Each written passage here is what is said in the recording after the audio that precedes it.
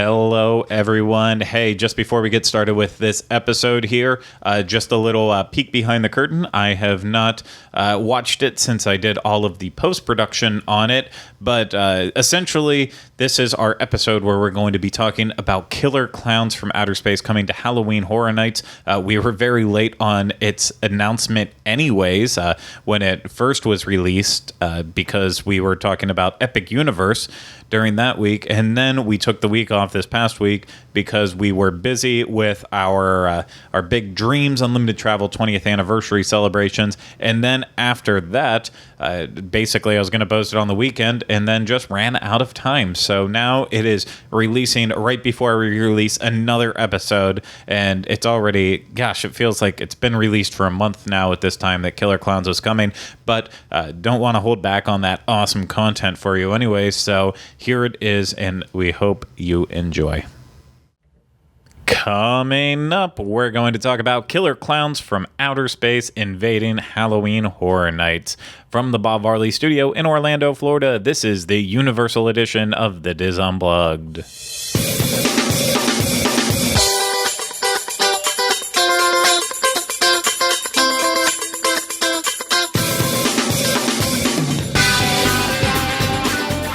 This is episode 229 of the Diz Unplugged Universal Edition.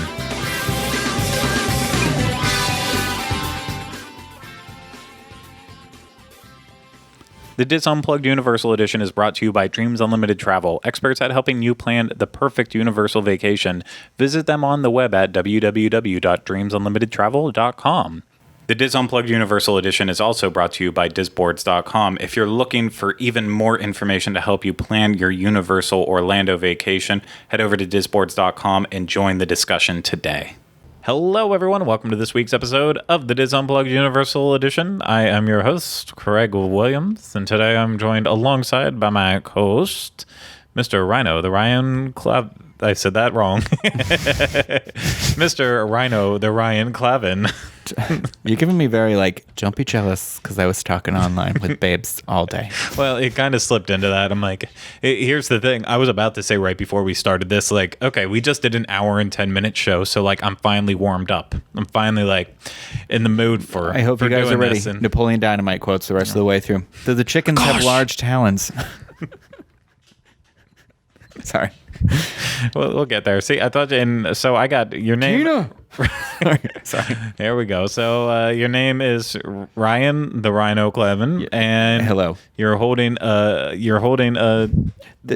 nose of a mic. Yeah, I found this clown that popped up out of nowhere. You have to describe what it looks like for the people who are listening, not the visual watchers. It is orange. It is round.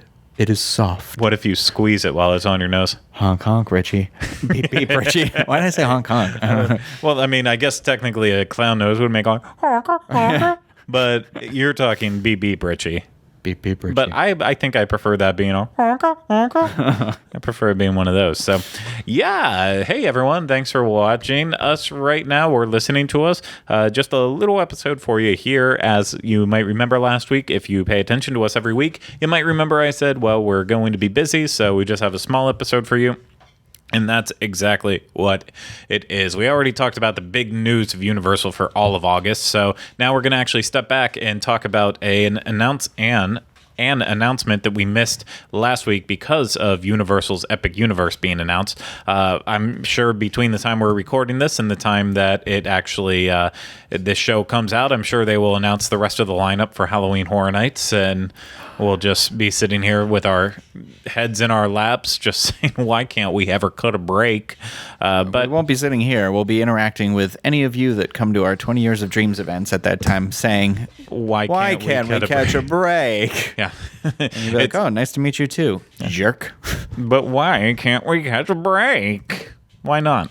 I'll never know. But in the meantime, in case all of that happens, in case something new is announced, in case Jason Bourne is announced, in case anything is announced, we're going to future-proof this by saying, wow, wasn't that an awesome announcement?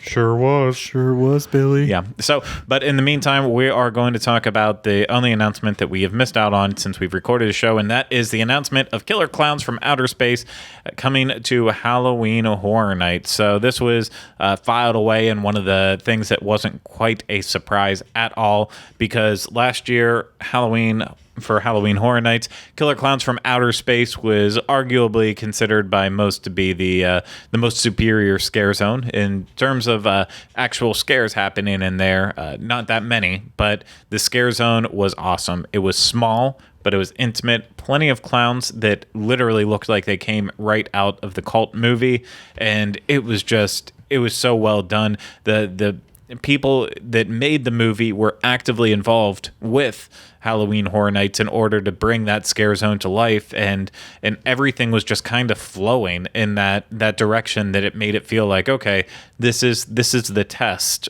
for whether or not they can pull off a full house with Killer Klowns from Outer Space. And last year they had the Trick or Treat house, which of course started off as a scare zone the year before. So now that Universal is kind of getting into that model, it's like, oh, this works out well. And it's not the first time they did it. I think we've mentioned it once or twice before in the past, but like La Llorona, if I remember correctly, started off as a scare zone in Hollywood, and then it was translated into a house here in Orlando. So these crazy things happen, but yeah, Killer Klowns from Outer Space going to be a house. Stick them in that house, get them out of that scare zone. Ryno, get them in a clown tent. Those are called circus tents, just so you know. I think they can be called both, but Ryno, how you feeling about this one? Oh, I try to watch whatever properties I haven't seen before when it's coming up, and I Killer Klowns I think is on maybe Hulu or something like that. It was, yeah. Yeah, okay. And I watched this movie, and I remember thinking while I was watching it, this is the most ridiculous thing ever, but this would make an amazing house. Yeah. It seems like one of those movies, if you were to experience it in reverse, it's almost as if they were making the movie based on an already existing haunted house or a Halloween Horror Nights house, Yeah. It's pure stupidity, but it's so much fun. I mean, the movie, I've shared it before on here. I discovered this movie when I was in 7th grade or something. A friend showed it to a whole bunch of us, and it's like, watch this. And it became one of those movies that I was just enamored with. And, it for the longest time, no one else knew what Killer Klowns from Outer Space was. And I don't want to sound elitist or anything. And it was just, you'd ask people when you're talking about horror movies, like, oh, Killer Klowns from Outer Space. And I've seen that DVD on the shelf of Best Buy, but I don't know anything about it. Trust me, it is so stupid funny. You are going to love it. And so it's one of those properties that before it was even a scare zone last year, if you would have told me way back when that one day they're going to include this in a theme park scare event, they're going to include Killer Klowns from Outer Space, I would have just laughed at you.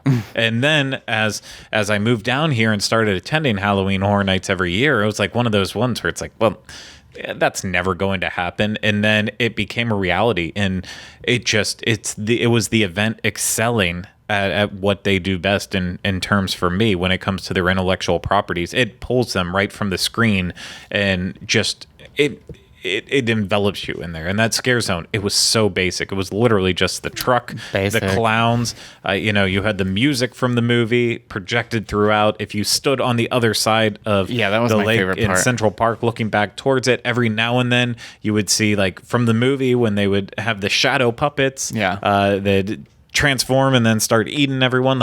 It all was there. Well, they also had the two I can't remember, ice cream truck drivers or something. Yeah, they had one of the ice cream truck drivers, and then there was another girl who's being attacked by the one the thing that was in the bathroom or whatever. Yeah.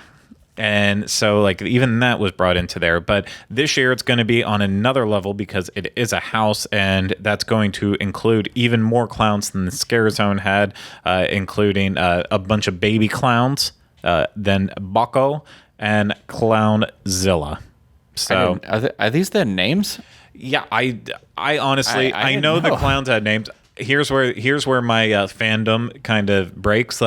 I know the characters. I know when I'm watching the movie, or if I was in the scare zone, I'd be able to be like, oh yeah, I know what part that one is from and that one's from, but I don't have their names memorized. It is true, as you get older, you have to lose stupid pieces of information in your brain in order to gain new ones, and that has been hitting me harder and harder over the past 5 years.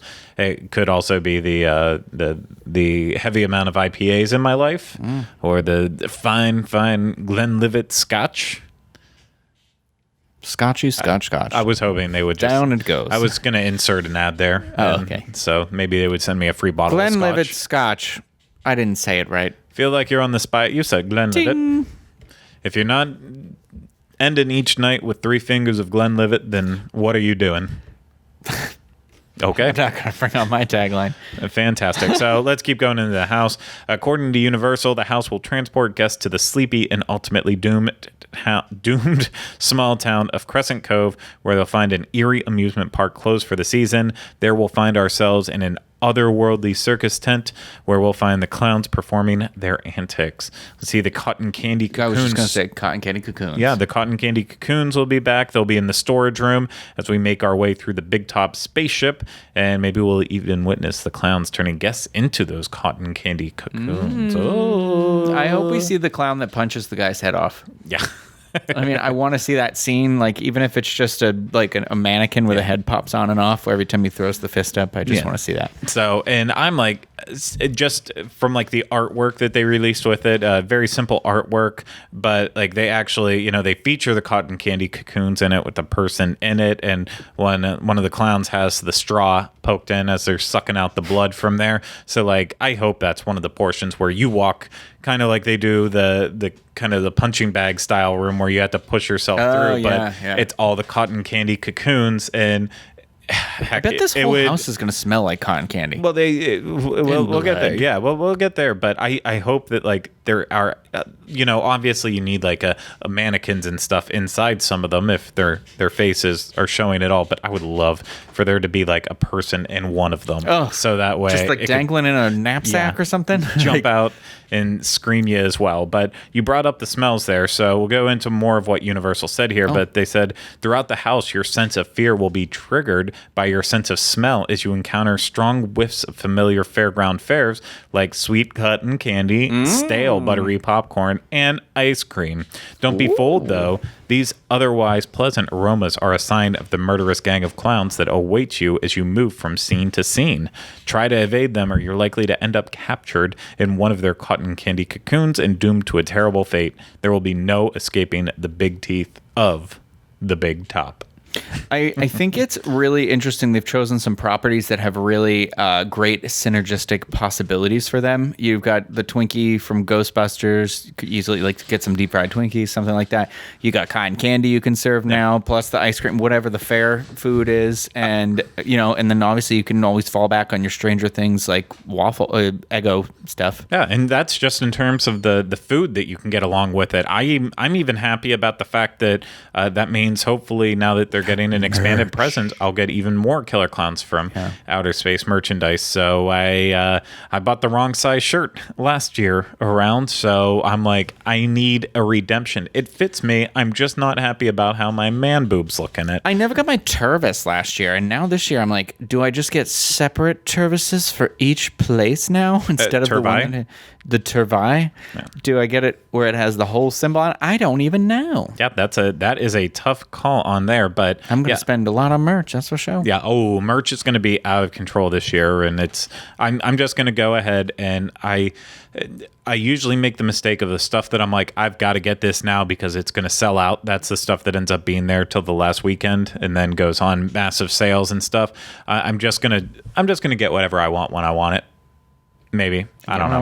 When I want it. Yeah, but I will definitely, as long as there's clown stuff, I will definitely be partaking in that. Ghostbusters as well as too. I just hope that it's unique stuff created for the event and not like, oh, well, we already have this licensed merchandise anyway, so we're just going to sell it here.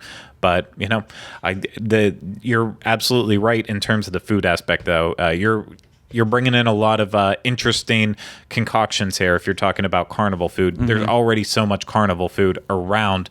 Universal Orlando, but to be able to then maybe take it to the next level. Like, it would be awesome if they made a cotton candy cocoon drink where I didn't even think of that. Yeah, where you have some sort of, like, I mean, I would assume it would be non-alcoholic, so everyone gets to enjoy. You've seen those like cotton candy martinis and stuff like that they do. Yeah, but it needs to be simple, and it needs to be marketed to as many people as possible. A cotton candy looking mug. You put the straw, red, out it comes, easy. Boom. Yeah, we'll brainstorm on that later. But Killer Klowns from Outer Space, I could not be more than excited for this house. It is looking to be a pretty fun year. I mean, how many houses do we have left to know? 3, 2? Okay, well, right now we have Killer Klowns from Outer Space. Yes. We have Ghostbusters. Yes. We have Stranger Things. Yes. Universal Monsters. Yes. Nightingale's Blood Pit. Yes. Depths of Fear. Yep. And Yeti, Terror of the Yukon. So we have 3 left. Yes.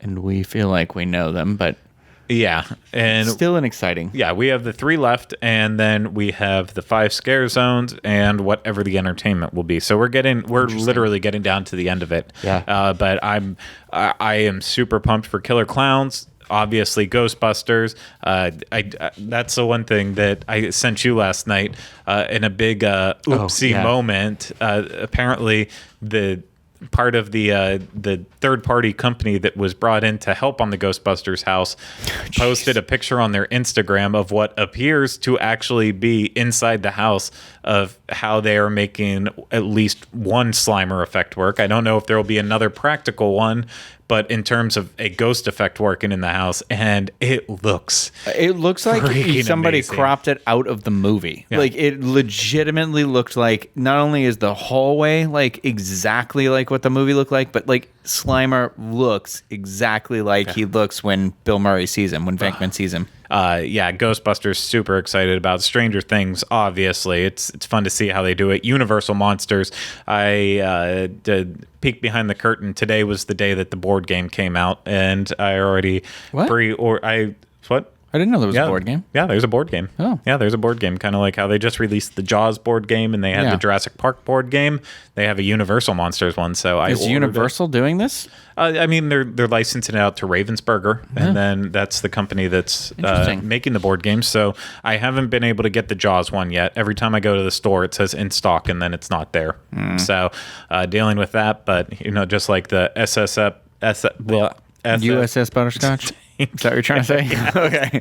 Thank you. That's what I was trying to say. Nightmare. Yeah, they're having not trouble. your sentence. I meant trying to find the ice cream. It. Yeah. No, but they do, to completely go off tangent here, they have currently mint chocolate chip Baskin Robbins Oreos. I'm sorry. What? That's an Oreo Baskin flavor? Robbins mint chocolate chip Oreos. Ooh. And it's basically, it's a mint Oreo with a little bit of extra chocolatey kick to it. Tastes pretty much exactly like a Thin Mint, but as an Oreo. They are amazing. They are good. I'm going to be so mad if those pumpkin spice Oreos don't come back this year. They're not coming back. FYI for anybody that cares, well, it's already a week later. It'll already be out. I was going to say pumpkin beer came in stock yesterday. Oh, I didn't know that. Yeah, my friend works at a Total Wine. In Altamont, they have Shipyard, Smash Pumpkin, and the Pumpkin.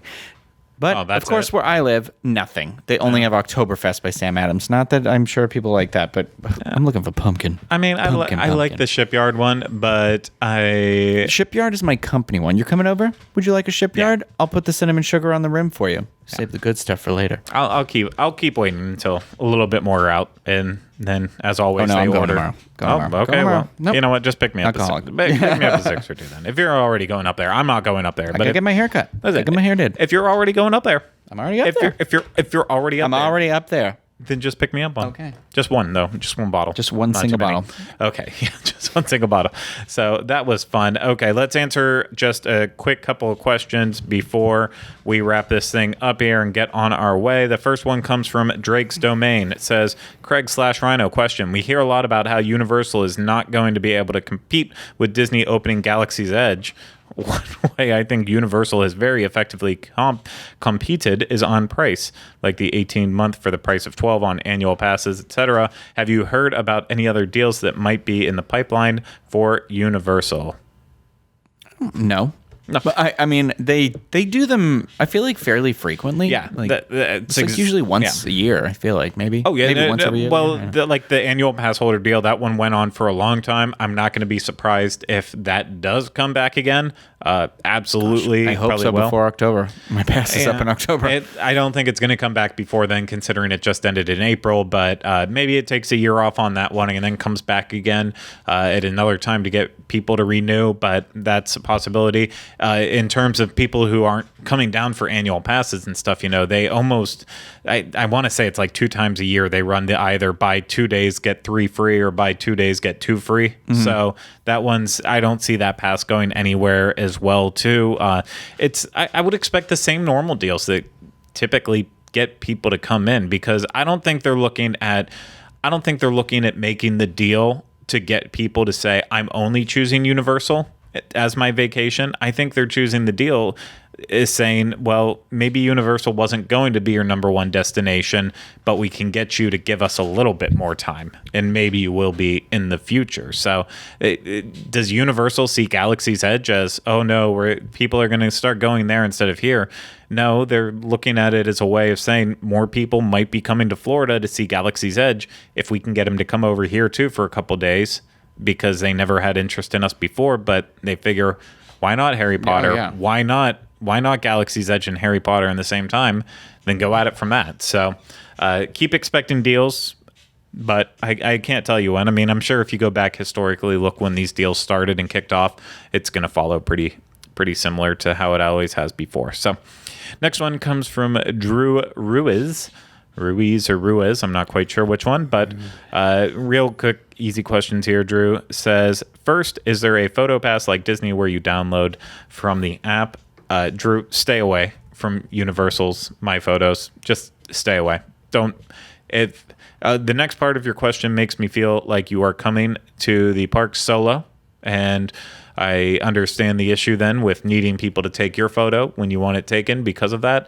Ask perfect strangers. Yeah. You will find some nice people here who will take your photo, and it's just easier that way. I know they're not always as professional looking with the DSLR, but you know what? If you want them on your phone right away, just go and hand them your phone and have them take a photo. The strangers, that is. And the second part of the question, this one's complicated. Is it worth it to go to Volcano Bay solo? I know most water parks gave rides done in tandem or in group rafts. Is that how Volcano Bay is? Going solo to a normal park and hopping in a coaster with someone feels less awkward than hopping in a tube with someone. I don't know. I feel like it's like half and half there. There were experiences that you could do by yourself. Yeah. There's a tube ride. There's the, cross your arms, go down the slide in the center of the volcano. There was more than one of those, but there are also rides where it's a weight thing where you have to have other people in there. It's not because you're by yourself. Exactly. And that's where I would even go with the next step on it, where I can't ask you what your weight is, obviously, and your picture's way too small for me to see what your weight is.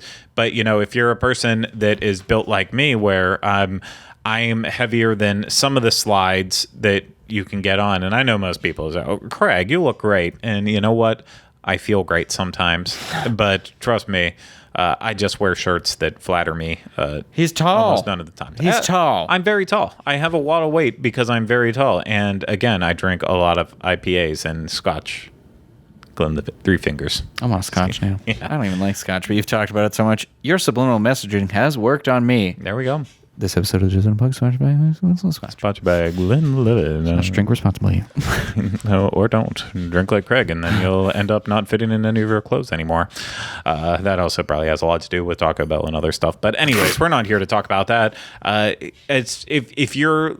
Look at the weight limits for some of the attractions that are ones that you would do by yourself, not with other people. Like if you're finding out, there's 3 or 4 slides that are solo slides that I can't even do at all because of my weight limit on that, then if you're taking away even more and you can only do group raft rides and such and tubes, then it might not be worth it. I don't want to say flat out, because again, I don't know your weight on that. I don't know what you can do. I don't know what your scare factor is. Maybe you don't want to do some of the bigger ones that are for solo people only. So if you decide to go, I would like you to follow up on your feedback if it was awkward or not. But I would I would err towards saying do not go if you're by yourself, if that's even a factor at all. But I don't want you to miss out because of it. But for my comfortability level, I probably wouldn't go to a water park by myself if I was on vacation. I don't know. I feel the other way, maybe, I guess, because I feel like I don't always like going to the real beach. It's just, we live so far away from it here. I'm spoiled where I grew up, but I just feel like here, at least it's like, all right, well, if my hotel's right there, then I can go float in the lazy river for a little while or whatever it's called, and like go in the wave pool, sit on the beach, and, you know. But that's also like, I probably wouldn't do a lot of those attractions other than maybe like a tube ride here and there. See, I think you kind of answered very similar to me then. You like the convenience of it because you're already there, but... Yeah, so I'm saying I would go. You're saying you wouldn't, though. Yeah, but the way you kind of said it, you said you would go, but then you're like... I'm not doing anything. Yeah. Yeah, well, it's a beach so day. Why are you spending the money to go if you're not going to maximize? I don't know. I go to Typhoon Lagoon and the other stupid thing. Blizzard Beach, not stupid. I like them both. And I will go to Volcano Bay again someday. My thing with Volcano Bay is you have to like get on the bus. You can't just go and park somewhere and go in there. So it's a process. So you're saying to our audience, go spend money and do absolutely nothing. That's how you maximize. If you got it, flaunt it. All I'm saying is that if you are on a solo trip, I have had friends who have come before and they have like been like, I don't want to do anything on this day, but like, should I see Volcano Bay? I don't know. But you're one of those people where you have to do every single thing. Yeah, and that is the me type. I would say if you're also that type, just stay at your hotel pool. If you're staying at one of the Universal resorts, that is. Unless you're staying at Endless Summer. I don't know. The pool area was fine. It was fine, nice. though. It was good enough. Yeah. Yeah, I don't know. It's a price value. It's your income level. I'm not going to tell just everybody to go do this. Yeah, these again are questions that we can't answer without more information. Yeah, but sorry. let us know. Maybe follow up. We'll see if we can come back around to it. And then last quick question comes from PJ, and PJ says questions. Beach. Questions for a future HHN episode. Have you ever done the daytime tour of the houses? If so, what did you think? Did you feel it was worth the cost? Did the tour include the headline houses? Blah, blah, blah. Like in this instance, Stranger Things, Ghostbusters type. Thanks. So I'll answer this. I know Ryno has not done it before. It is something that I have done. It's been years since I've done it. I think it was 2014 or 15 the last time I did it. Yeah. I think you've done it since I've known you. So maybe 2016. Yeah. I remember you. I think you had some friends that were going to do it, and you ended up going to do it with them. That would have been 2016 that I did that then.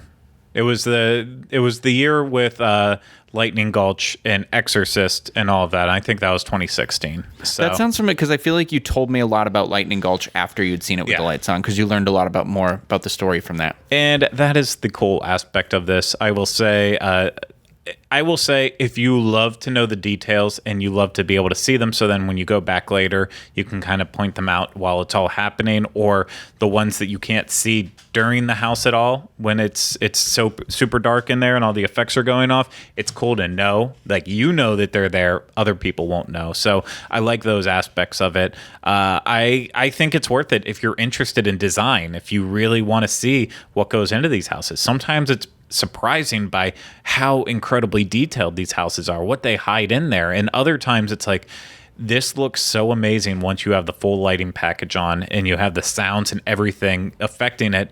But during the day, it's like you guys literally went bare bones. In some cases, they clearly went to IKEA and bought cheap furniture and just like slammed them in there. And it's like, I wouldn't have been able to point that out at night. So it's really cool from that aspect. I would say in general, yes, it's worth the money. It's something, if I find the time to do it again this year, I would love to do it, especially with these house lineups right now. I think it would be cool. They do throw in some of the marquees. They throw in some of the originals.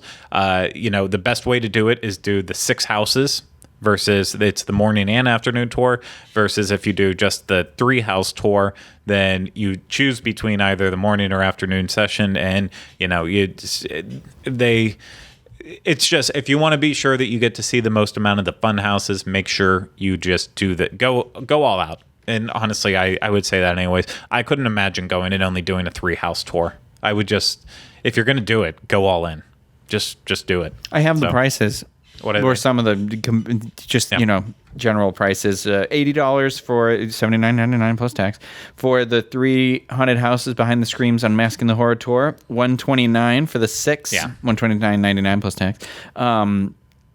And then the RIP tour, but the RIP tour is $200. That's at night, but that's not. You're not getting to see the house with the lights on or anything. Yeah, no, that's just your RIP tour, getting the guided experience through the house, and that's $199 on top of your park admission that you already have to buy too. Oh, okay. It doesn't include the ticket to the event, because I was just going to say, the ticket's only whatever. So if I have an annual pass, I can do either one of these two things already. These tours, that's how much they are, right?